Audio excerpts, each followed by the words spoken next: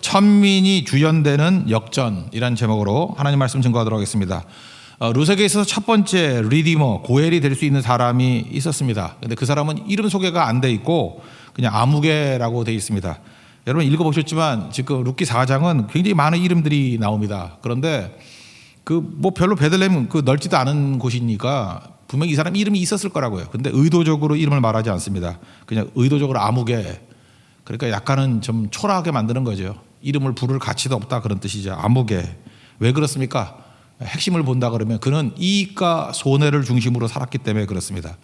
우리도 인생에 아무리 많은 은사를 갖고 기회를 갖고 있다 할지라도 그냥 무슨 결정을 할 때 이익이냐 손해냐, 이익이면 따라가고 손해면 안 가고, 그걸 본능적인 삶이라 그랬죠.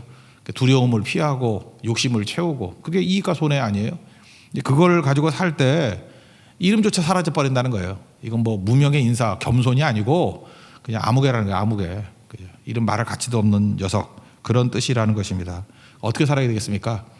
우리 성경적인 표현에 하면 십자가의 길 걸어가야 되고, 좁은 길 걸어가야 되고, 희생이 있고 섬김이 있고 사명이 있는, 그러니까 고난의 길 뭐 이런 거 걸어가야지 아무개 인생에서 내 이름으로 살 수 있는, 그런 생명책에 기록된 이름으로 살 수 있는 거룩한 인생이 될 수 있다라는 것입니다.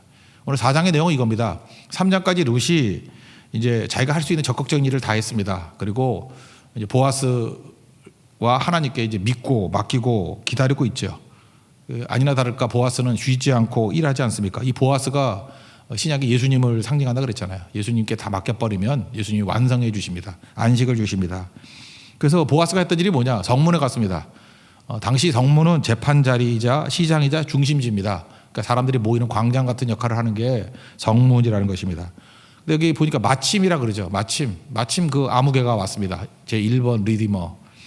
이건 우연이 아니라는 것입니다. 하나님이 인도하시고 섭리하시는 것이 분명히 있더라, 그런 얘기를 합니다. 그리고 증인으로 장로 10명을 초대합니다. 당신들이 증인 세워 주십시오. 원래 한 2명이면 되는데 충분한 증인을 세우기 위해서 10명이나 세웠습니다. 1절과 2절 읽겠습니다. 시작. 보아스가 성문으로 올라가서 거기 앉아 있더니 마침 보아스가 말하던 기업 물을 자가 지나가는지라. 보아스가 그에게 이르되 아무개여 이리로 와서 앉으라 하니 그가 와서 앉음에 보아스가 그 성읍 장로 10명을 청하여 이르되 당신들이 여기 앉으라 하니 그들이 앉음에. 그리고 그에게 이제 제안을 합니다. 뭐 다 아는 얘기죠. 엘리멜렉의 땅을 물으려 한다. 그러니까 고엘제도 그대로예요. 일수지가 너다. 내가 안 하면 내가 하겠다라고 얘기를 합니다.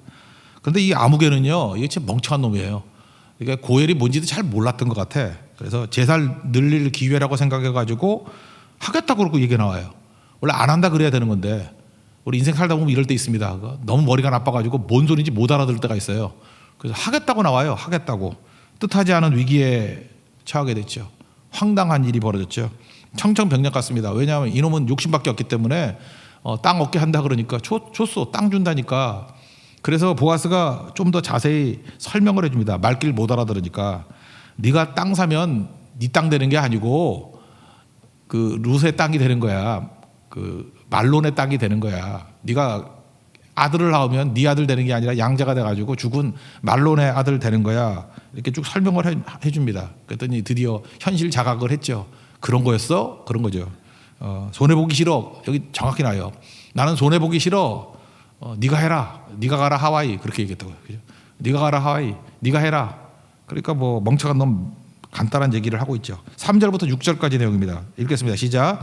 보아스가 그 기업 물을 자에게 이르되 모압 지방에서 돌아온 나오미가 우리 형제 엘리멜렉의 소유지를 팔려 함으로 내가 여기 앉은 이들과 내 백성의 장로들 앞에서 그것을 사라고 내게 말하여 알게 하려 하였노라. 만일 내가 물으려면 물으려니와 만일 내가 물으지 아니하려거든 내게 고하여 알게 하라. 내 담은 나요 그 외에는 물을 자가 없느니라 하니 그가 이르되 내가 물으리라 하는지라. 보아스가 이르되 내가 나오미의 손에서 그 밭을 사는 날에 곧 죽은 자의 아내 모압 여인 루색에서 사서 그 죽은 자의 기업을 그의 이름으로 세워야 할지니라 하니 그 기업 물을 자가 이르되 나는 내 기업에 손해가 있을까 하여 나를 위하여 물으지 못하노니 내가 물을 것을 내가 물으라 나는 물으지 못하겠노라 하는지라. 그러니까 이 녀석이 왜 아무개로 살게 됐죠? 사실 이거 아니었으면 성경에 나오는 그 메시아의 조상이 될 뻔했던 사람인데 손해보지 않겠다 그거죠. 이익되지 않으면 안 한다. 이제 그런 겁니다. 이게 또 뒤집어서 얘기하면은 하나님 잘 믿는 택함 받은 백성들에게는 이렇게도 해석할 수 있죠. 손해 볼 수 있는 일이 내게 온다라는 것은 나에게 기회죠. 그렇지 않습니까? 만약에 이게 손해보는 일이 아니었다 그러면은 이 첫 번째 기업물을 이 리디머가 했지 안 했겠어요? 보아스한테 기회 안 왔겠죠. 그러니까 내가 인생을 살면서 내가 손해를 잠깐만 보는 거예요. 손해를 보기 때문에 나한테 기회가 온 거예요. 고난이 잠깐만 임하는 거예요. 그래서 고난이 나쁘다고만 생각하지 말라고요. 고난이 있으니까 나한테 기회가 온 거지. 그렇지 않아요? 어려움이 있다고요. 어려움이 없으면은 내가 그 자리 못 간다고, 경쟁이 심해가지고. 어려우니까 아무도 거들떠보지도 않아. 그래서 나한테 기회가 온 거예요. 하나님께서 보물을 좁은 길에 숨겨놨어요. 좁은 길에 안 가려고 그러잖아요, 사람들이. 그래서 그 좁은 길이 나한테 기회라니까요. 하나님은 경쟁이 많고 좋은 곳에 보화를 숨겨놓은 게 아니라 항상 이렇게 고난 속에, 어려움 속에, 그 다음에 뭐 부끄러움 속에, 뭐 남들이 거들떠서 보지 않는 곳에 다 숨겨놨습니다. 그럼 그걸 내 인생에 이렇게 예수 믿는데 고난이 많아 이러지 말고 이게 다 기회라는 거예요. 그래서 십자가는 기회입니다.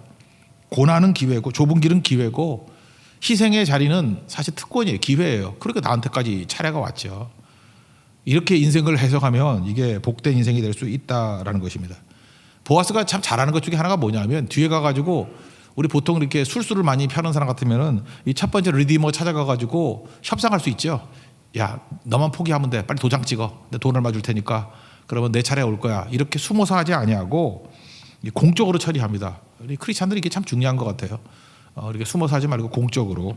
논점을 피하지 않습니다. 정확히 얘기해주고 다 얘기해주면은 하나님께서 그 피할 사람 다 피하게 만들어 버린다니까요. 숨어 살 거 없습니다. 공적으로 하는 거 이게 되게 중요하다는 거예요. 그래서 공적으로 모든 걸 처리하고 공적으로 아내를 받아들입니다. 7절부터 10절까지 읽겠습니다. 시작.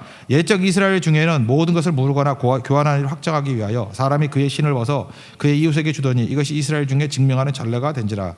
이에 그 기업물을 짜가 보아스에게 이르되 내가 너를 위하여 사라 하고 그의 신을 벗는지라. 보아스가 장로들과 모든 백성에게 이르되 내가 엘리멜렉과 기럯과 말론에게 있던 모든 것을 나오미의 손에서 산 일에 너희가 오늘 증인이 되었고 또 말론의 아내 모압 여인 룻을 사서 나의 아내로 맞이하고 그 죽은 자의 기업을 그의 이름으로 세워 그의 이름이 오늘 그의 형제 중에 중과 그곳 성문에서 끊어지지 아니하게 함에 너희가 오늘 증인이 되었니라 하니. 이게 공적으로 했다는 것입니다. 참 중요한 거죠.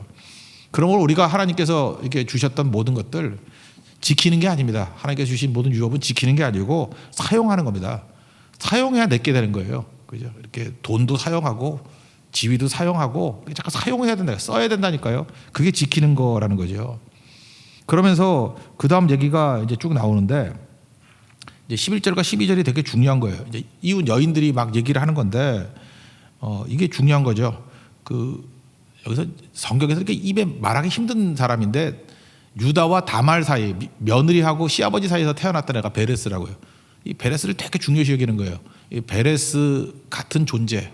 사실 이거 태어나서는 안 될 애 같이 보이고 천민 같이 보이고 이게 초라한 얘기 아닙니까? 그거를 룻에게 적용시킵니다. 네가 다말 같은 똑같은 레벨이야. 근데 실제로는 이스라엘의 뿌리가 되는 라헬과 레아 같은 존재가 될 거야 라고 하면서 다말을 그 안에다 이렇게 포함시켜 버립니다. 즉 앞부분에는 아무개하고 보아스를 대비시켰죠.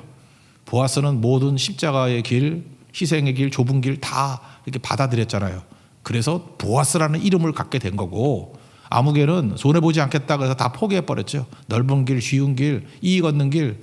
그러니까 이름조차 말할 가치가 없는 자들이 되었다라고 해서 보아스 아무개를 대비시키고 있는 거예요. 이제는 또 누구를 얘기를 하느냐 하면은 룻을 대비시키면서 그 메시아의 조상들 가운데 얼마나 비천한 여인들이 있었는지를 표현해주고 있습니다.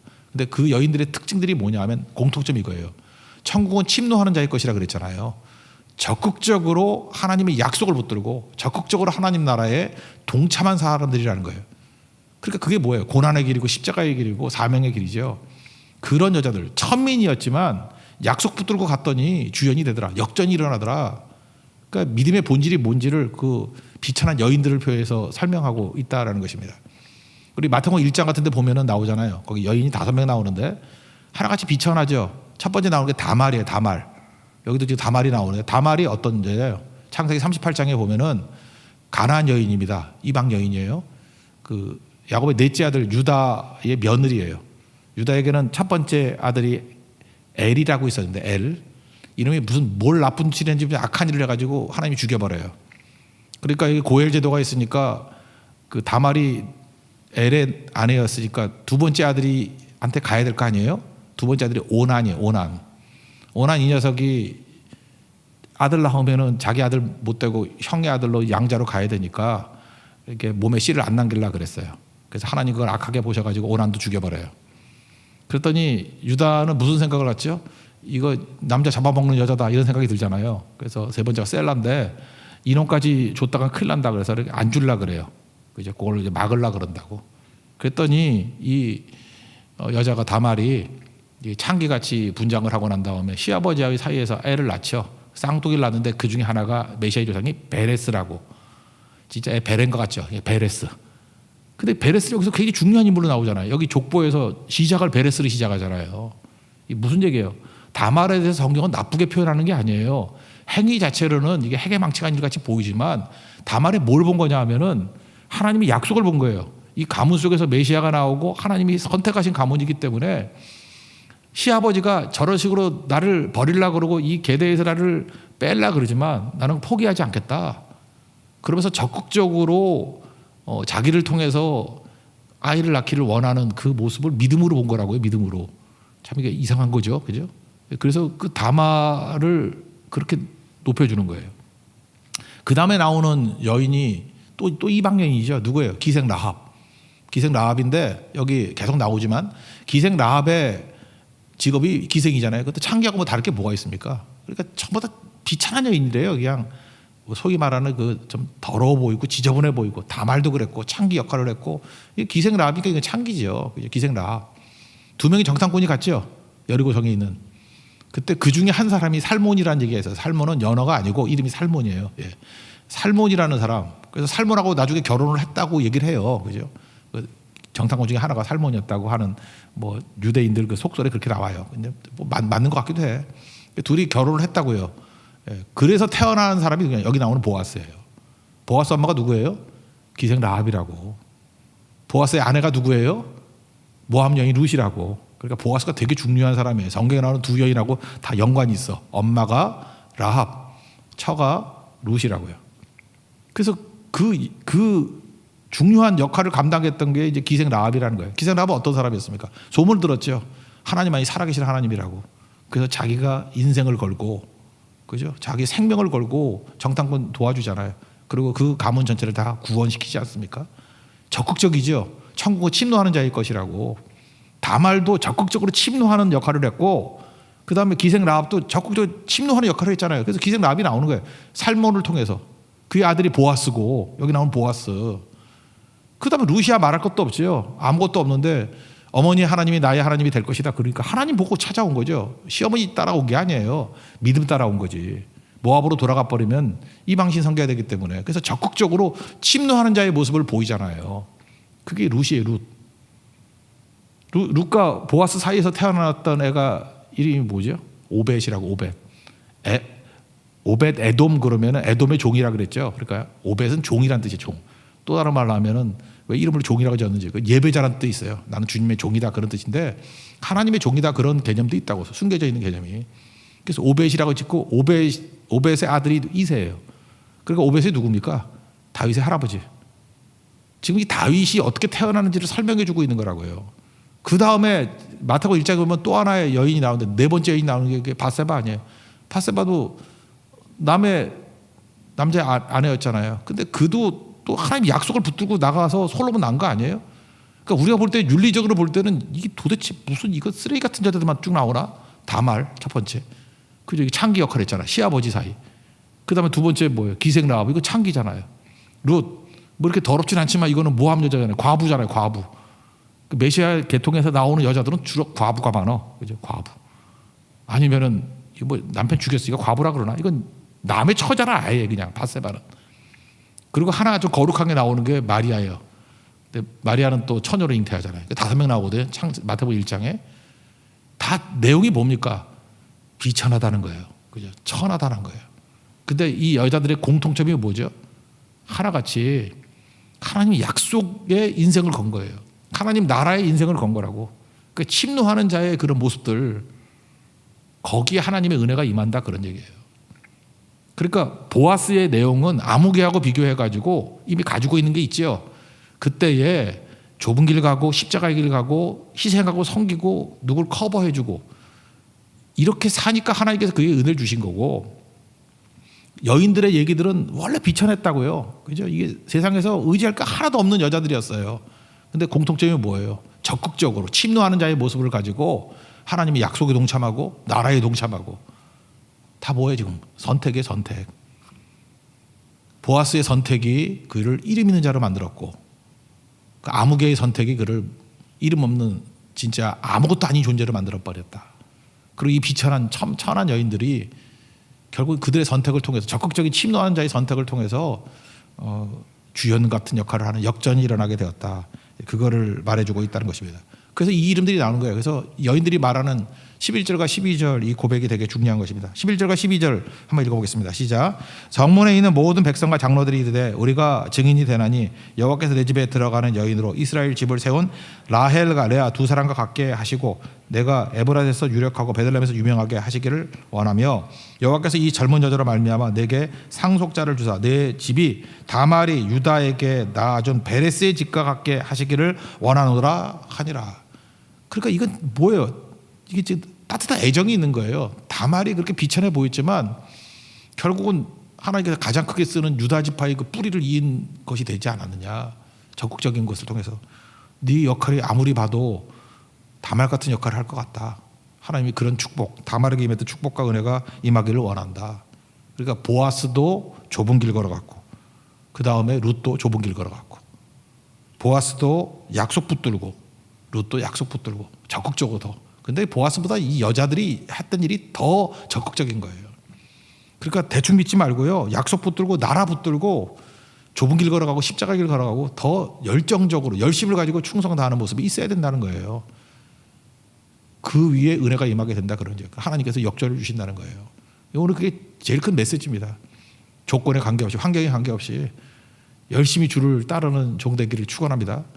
그랬더니 이제 13절부터 17절까지 베들레헴 여인들이 막 얘기를 합니다. 찬양을 하고 이 찬송의 내용들을 한번 보자는 거예요. 내용은 뭐냐? 함께 기뻐하는 회복이에요, 회복. 그러니까 그들이 왜 기뻐했냐면 회복되는 모습을 볼 때 희망이 생기는 거예요, 여자들이. 사실은 룻 말고도 그 베들레헴 여자들이 뭐 희망 없는 여자들도 많이 있었을 거 아니에요. 남들이 은혜 받고 회복되고 하는 걸 바라보면서 아, 저게 은혜구나. 그래서 막 찬송을 하면서 나도 저런 은혜의 회복이 있기를 원합니다 라고 하는 소망이 생기더라는 거예요. 그게 믿음의 확산이죠. 그거를 말해주고 있다라는 것입니다. 누굴 만나서요? 리디머를 만나서. 참된 리디머는 회복시킨다는 거죠. 원래 나오미하고 룻이 빈손으로 왔잖아요. 근데 하나님께서 그에게 가득가득 채워주셨죠. 왜요? 침노하는 자의 것이기 때문에 하나님을 적절히 붙들고 약속 붙들고 나라 붙들었더니 하나님이 은혜 부어주셔서 리디머를 통해서 회복시켜 주시고 구원시켜 주시고 또 모든 것들을 풍성히 해 주셨다는 것입니다. 회복이 뭐예요? 우리에게 리디머가 누구죠? 예수님 아니에요. 그러니까 적극적으로 예수님 믿고 나아가면, 예수님만 의지하고 나아가면 우리 영혼이 회복되고 우리 기업이 회복되고 뭐 재산, 신앙, 사람, 잃었던 사람이 회복이 되고 잃었던 재산이 회복이 되고 잃었던 신앙이 회복이 되고 모든 것이 다 회복이 되더라. 예수님이 회복시킨다, 그 얘기예요 지금. 그래서 찬송하게 되더라. 회복은 내 힘으로 되는 거 아닙니다. 리디머를 통해서 되는 거죠. 예수님 통해서 회복이 되더라. 대표적인 게 두 가지죠. 땅이 회복되고 또 하나는 아들이 회복되는 거. 모든 것들을 다 회복시켜 주시더라. 그래서 여인들이 찬송을 합니다. 근데 이 여인들이 원래 베들레헴에 나오미가 왔을 때 비웃던 사람들이죠. 저 이름이 저거 뭐 풍족하게 나갔더니 거지돼서 돌아왔는데 와서 비웃고 막 수군수군 대는 여자들 아니에요.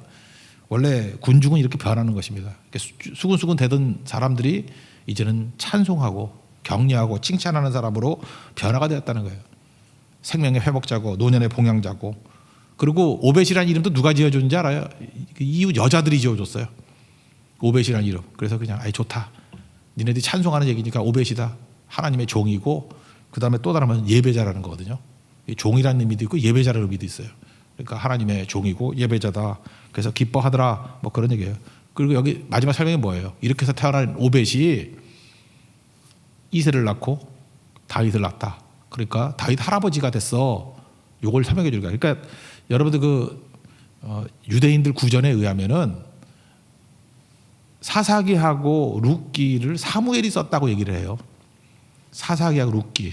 그러니까 이거는 왕정 시대 때 추억하면서 쓴 성경이라고. 그러니까 그래서 이제 다윗을 설명하고 있는 거예요. 다윗의 족보가 이렇게. 그러니까 조선 시대 때 뭐 용비어창가 이런 게 있었잖아요. 그죠? 어떻게 이성계가 나왔나 하면서 그 선조들 설명하듯이 지금 이 룻기의 핵심은 그거예요. 다윗 왕이 존재하게 됐던 것들이 이렇게 하나님의 십자가의 길을 고 좁은 길을 걸었던 그 조상들의 믿음의 원천이 있었기 때문이다. 이거를 보여주고 있다는 것입니다. 13절부터 17절까지 내용을 읽겠습니다. 시작. 이에 보아스가 룻을 맞이하여 아내로 삼고 그에게 들어갔더니 여호와께서 그에게 임신하게 하심으로 그의 아들을 낳은지라. 여인들이 나오미에게 이르되 찬송할지어로다. 여호와께서 오늘 내게 기업물을 자가 없게 하지 아니하셨도다. 이 아이의 이름이 이스라엘 중에 유명하게 되기를 원하노라. 이는 내 생명의 회복자이며 내 눈의 봉양자라. 곧 너를 사랑하며 7 아들보다 귀한 네 며느리가 낳은 자로다 하니라. 나오미가 아기를 받아 품에 품고 그의 양육자가 되니 그의 이후 여인들이 그에게 이름을 지어주되 나오미에게 아들이 태어났다 하여 그의 이름을 오벳이라 하였는데 그는 다윗의 아버지인 이새의 아버지였더라. 누구나 회복이 필요합니다. 그래서 오벳이 태어나는 모습을 보면서 뭘 본 거예요? 하나님의 은혜의 승리죠. 저렇게 약속 붙들고 나라 붙들고 갔더니 하나님이 저렇게 회복시켜 주시더라. 회복을 보는 여인들이 지금 자기도 희망을 갖는 거예요. 하나님 나도 회복시켜 주십시오. 그래서 교회는 어떤 것이 돼야 되냐? 이런 회복을 볼 수 있는 곳이 돼야 돼요. 여러분 한 사람 한 사람이 리디머를 붙들고 예수님 붙들어서 회복되는 모습을 보여주면 한 사람의 회복에서 그치는 게 아니라는 거예요. 주변에 있는 많은 사람들이 소망을 가지고 나도 저렇게 회복될 수 있겠구나라고 해서 찬송하며 믿음의 확산이 일어나게 된다는 것입니다. 은혜의 힘이 뭔지를 깨닫게 된다는 거예요. 은혜의 힘. 우리가 다 이런 회복의 능력들을 체험하고 회복을 볼 수 있는 거룩한 교회가 되기를 축원합니다. 이게 오늘 내용이라는 거예요. 그리고 이제 마지막 이 가문의 특징이 뭐예요? 이제 정리하는 거예요. 이 가문의 족보를 보면서 이 가문의 특징이 뭐라고요? 하나님의 약속 붙들고 나라 붙들고 헌신했던 다말이 있던 가문이고 그렇게 하나님 약속과 나라를 붙들었던 라합이 있던 가문이고 룻이 있던 가문이다. 물론 그 뒤에 이제 바세바는 나중에 나오니까 그 세 명을 지금 강조하고 있는 족보예요.